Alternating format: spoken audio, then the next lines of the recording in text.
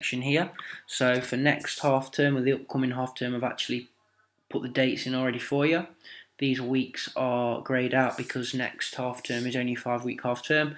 Obviously, the following half term, you would just make those white again and change the dates at the top to the corresponding weeks of that particular half term. But for next half term, so on the deadline for week 1, you will look at here. So curricular planning. Has all your curricular planning been done in advance for this particular week? And if so, it will be highlighted as green.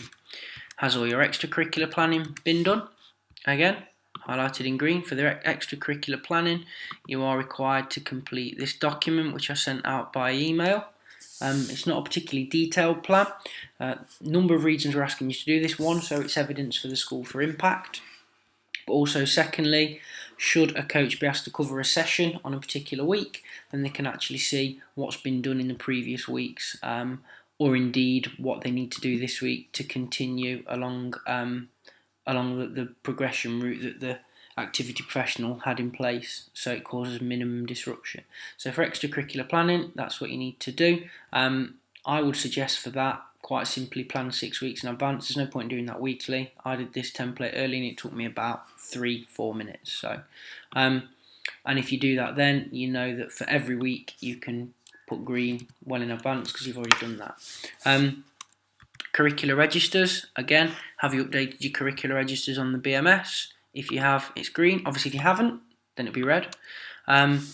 If you submit it as a if you submit it as a green and it hasn't been done, it may well get past your team leader on any given week, but if it's something that you're continuously doing, then it will get spotted at one of your upcoming team meetings, and then what they'll probably do is look in greater depth at previous weeks, and it'll probably be seen that you hadn't done it in previous weeks either. So obviously we want it to be green, but I would much rather, if you haven't done it, you are honest about it than putting it as a green.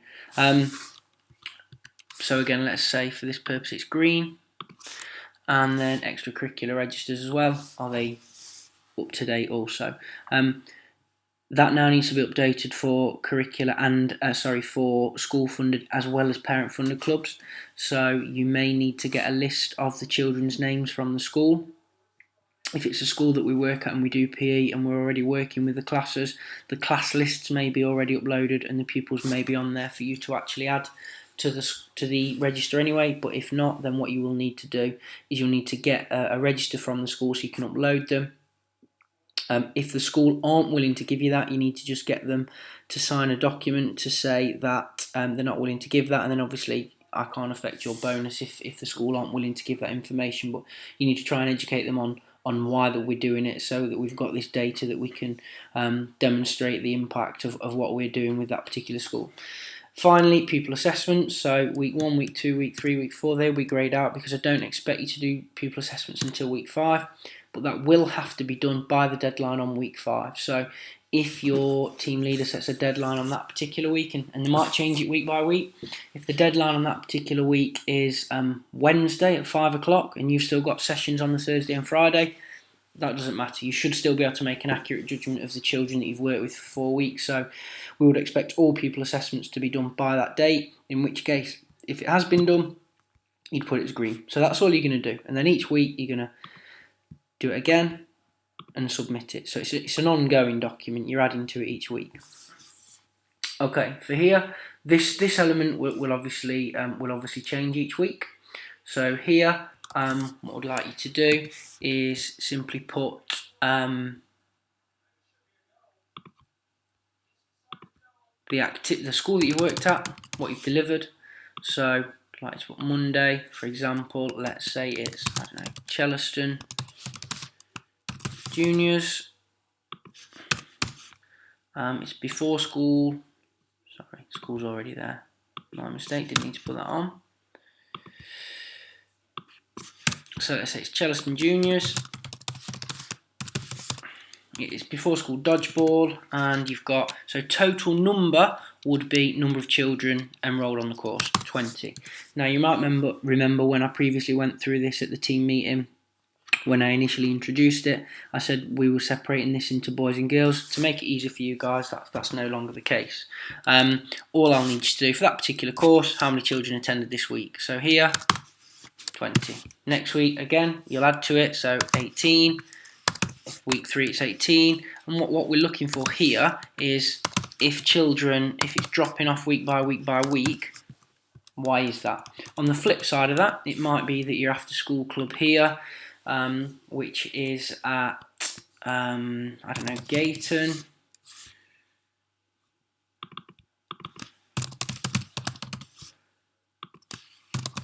On the flip side of that, that might actually only have 9 children on roll, and you might have 9 children attending week 1, and then you might have 9 again, at which point here your team leader might say, well, what can we do about that to increase numbers? And actually you might speak to school, do an assembly, and that might go up to 11, it might even go up to 13, and you might get an increase in numbers on it. So we're also looking, if numbers are going down, why might that be the case? But if numbers are low, what's being done to try and increase them? Because obviously your bonus now is affected by the average numbers on your clubs as well.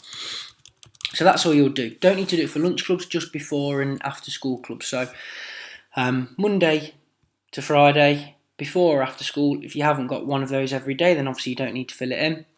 And the only other thing that you're going to need to do, as per this key here, is highlight the club as to whether it is school or parent funded. So obviously that's a slightly different blue, don't worry too much about that. So that one, let's say that one is a parent funded club, and this one is a school funded club. Okay, so there I know which is which. In fact, let's change that to that because it's a more obvious blue. So that's what you need to do for that. Now here, this is the impact document section. So here you will put, so let's say whichever coach does Wyndham. So at Wyndham Primary, we do competition support. So the coach that does Wyndham on a Tuesday is there to help support the school in readiness for competition. So that would be green because that is an agreed impact. We are preparing for competition. Where we're delivering curricula, pupil attainment will always be green because we're always doing pupil assessments and measuring pupil attainment. Teacher CPD at this instance at Wyndham, no, we aren't doing teacher CPD. It's not for enrichment. Although you could argue it is for enrichment. There's no harm in doing both of those, but it's certainly not targeted at improving fitness or improving attitude or participation. So here, the coach will put as to whether they have completed the documentation or not. So pupil attainment, yes. BMS, i.e. pupil assessments are up to date on the BMS. And if that's week 1, they don't need to have been done yet, so it might be not applicable at this stage. But obviously by the end of that particular half term, that will need to be recorded on there as to whether the relevant documentation has been completed or not. Again, with competition, if the competition isn't till week 4, week 5 of the block, then at this point it might be NA. But by the time that it gets to the competition, certainly by the end of the half term, we need to know that that document has been completed. And it's not just a matter of putting yes, you will also need to submit that with all the particular documents for that school, as I communicated on the email, risk assessment, registers, etc. So you can't just put yes, we also need to see evidence that that's been done. So pupil attainment, let's say at another school, so whoever does Chellaston Juniors, Mr. Golding, I believe, here that is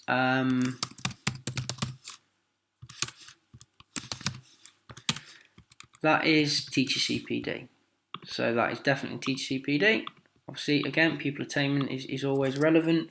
It's not readiness for competition. It's not enrichment. It's not improving fitness. So this top one here is what has been agreed with the school, and the one below is whether the impact document has been completed by the activity professional. So again, pupil attainment. In fact, rather than NA for that ongoing, because pupil assessment is something that is ongoing. So rather than not applicable, because it is applicable, I'd put ongoing for that. One of the things that I would suggest with that as well, so that it actually is an ongoing process, and I know some activity professionals do this, is for every lesson you teach to actually have a class list with you, and to each lesson that you teach actually put for each child quick observation as to where they are in terms of emerging, expected, exceeding across the CARE acronym. So that's going to help it make it easier to do your assessments at the end of the block, but that's entirely up to you, but that is an ongoing process. Teacher CPD, now this should be a yes from week 1, because obviously they have to complete a pre and a post evaluation. So from week 1 that should be a yes. So pre questionnaire complete, and again we need to see evidence of that. Obviously if it's just PPA cover, then pupil attainment is going to be the only one that's relevant there. If it's, for example, at Hilton Primary School where we do enrichment, it would be pupil attainment and enrichment. Now, for each of these, the impact document that you need to complete. So for pupil attainment, it is obviously your assessments. For competition, so for this one here, if competition is highlighted for that particular school, the documentation you need to complete would be this one. Now all this is something that the school will keep on their files to be able to say that they've received support in the build up to it, and it's evidence that they have taken part in it. So you will just fill in the name of the school, your name, the year groups that you work with, what activity it was, was it dodgeball, was it fencing, the competition date and venue that they're working towards, and what support they had, so whether it's curricular or extracurricular. So in the event that they've had competition support in the form of a club, that will still need an impact document.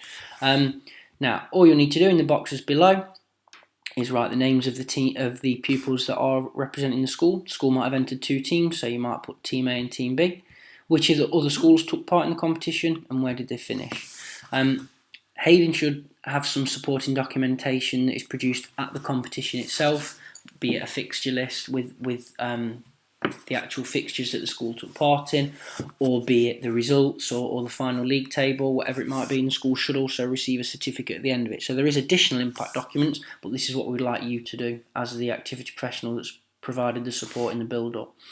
One of the things I would strongly recommend, and it does help school work towards a Sainsbury's School Games kite mark, is if you are working with a school and preparing children for a competition, one of the things that might be an idea is to do an intra-school competition in the build-up, whether that be in the PE lesson or in the extracurricular club. And what that will also enable you to do will be to actually select the children that you choose to go on to represent the school. If you do an inter-school competition, again, from the purpose of documentation, and I've done this all for you, so it's nice and straightforward, you can record it. So let's say you had 20 children at a club, a handball club, you'd split them into 4 teams of 5, and over a period of 2-3 weeks, at the end of each session, you might have a little competition. So they all play one another, you do a final league table, the 3rd, 4th place play each other in the 3rd place playoff, 1st and 2nd play each other in the final, and the winners are the team that go on to then represent the school at the final. So if you do anything like that, there's a little document there that you can use to record all the results, and again the school have then got evidence of what you've delivered.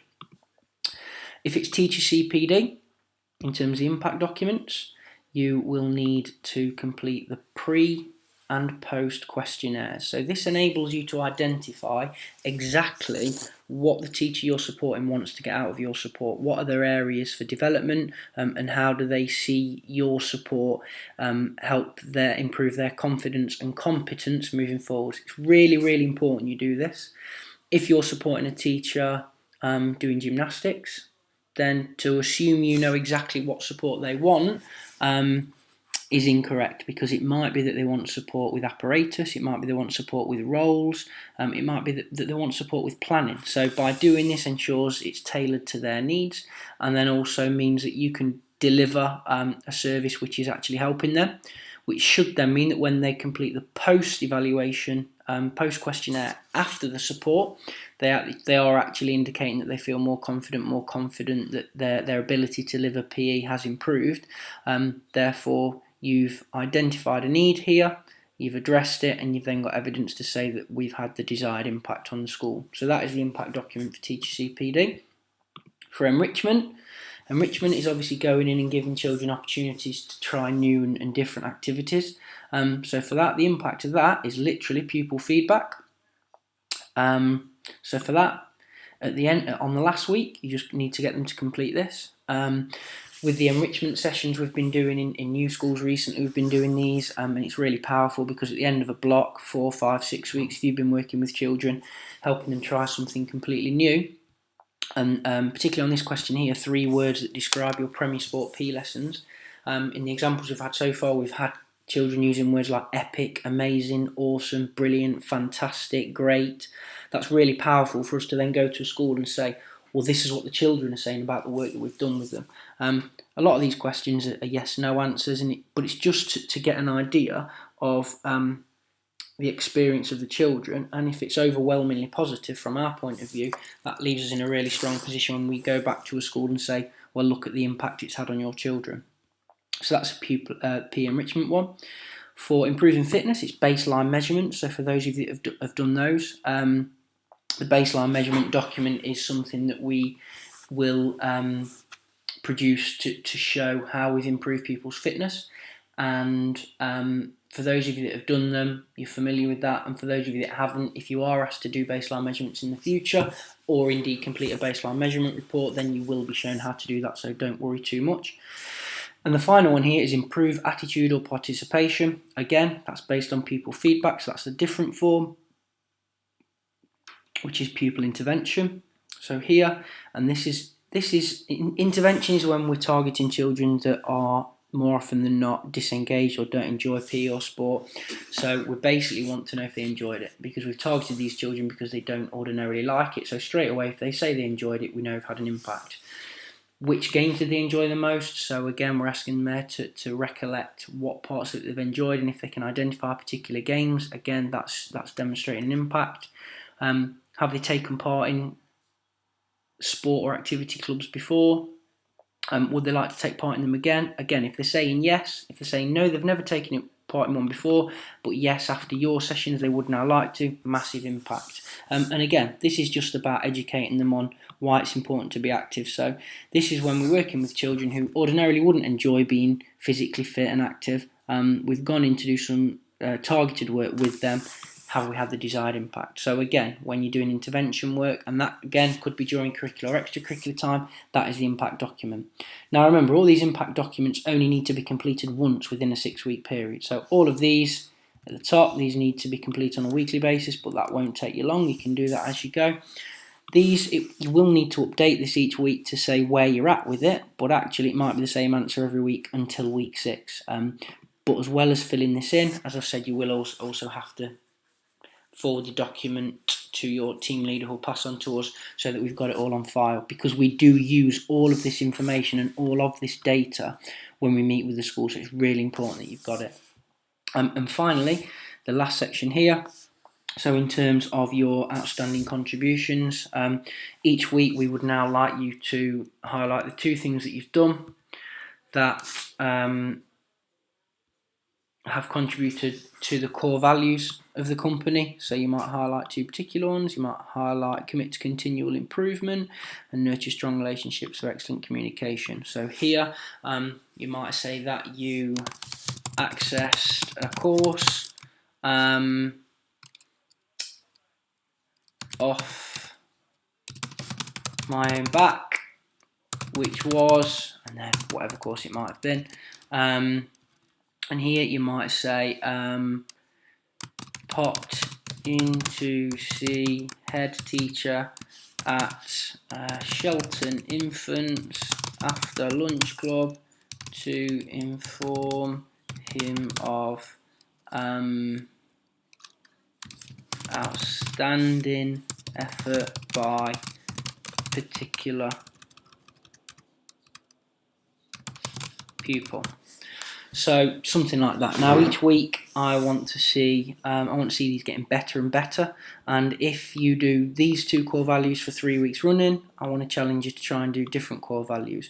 Remember, everything that we're doing is about building relationships, about being a real presence in the schools that we're in, not being the person that goes in, delivers a session and leaves. I want, when I meet with every single school that you're in our review meetings, to be able to say, what's the name of the activity professional that works in your school, and them to be able to say, oh, Michael, he's fantastic. Oh, John, he's lovely. Oh, Chloe, she's so nice. Every single school you're working in should be fully aware of who you are, what you're in that school to do, and the impact you're having on their children.